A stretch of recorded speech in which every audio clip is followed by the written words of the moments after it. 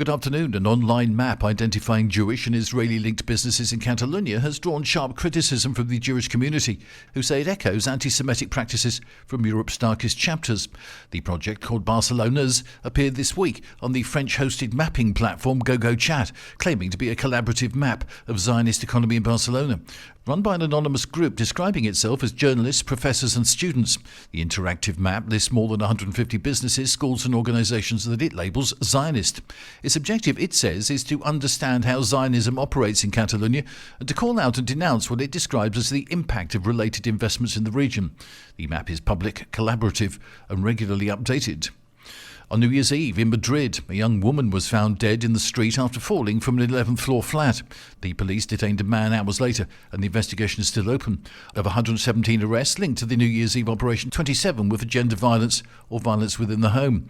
Official figures from the Ministry of Equity show 46 women were killed by a partner or ex-partner last year. 35 children were left orphaned, and in 78% of those cases there had been no prior complaint. The Macro survey on violence against women found 12.7% of women over 16 have suffered physical or sexual violence from a partner or ex-partner, and only a minority report it to the authorities. Tourism spending is now a year-round story, and the latest figures suggest a shift in how visitors are travelling. New data released today shows international visitors spent €126.7 billion between January and November last year. That's more than the total for the whole of 2024. At the same time, demand for non-hotel accommodation edged higher in November, led by holiday apartments and camping grounds, whilst rural stays and hostels went backwards.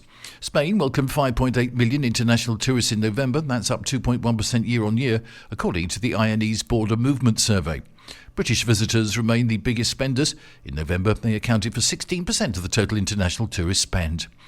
And the London City Lionesses women's football team hired Eda Maestre as their head coach this morning, nearly 2 weeks after the Super League club surprisingly fired Jocelyn Precheur, who guided London City to promotion and 6th place in the 12-team league halfway through the season. But the club's hierarchy reportedly wanted to upgrade its style of play.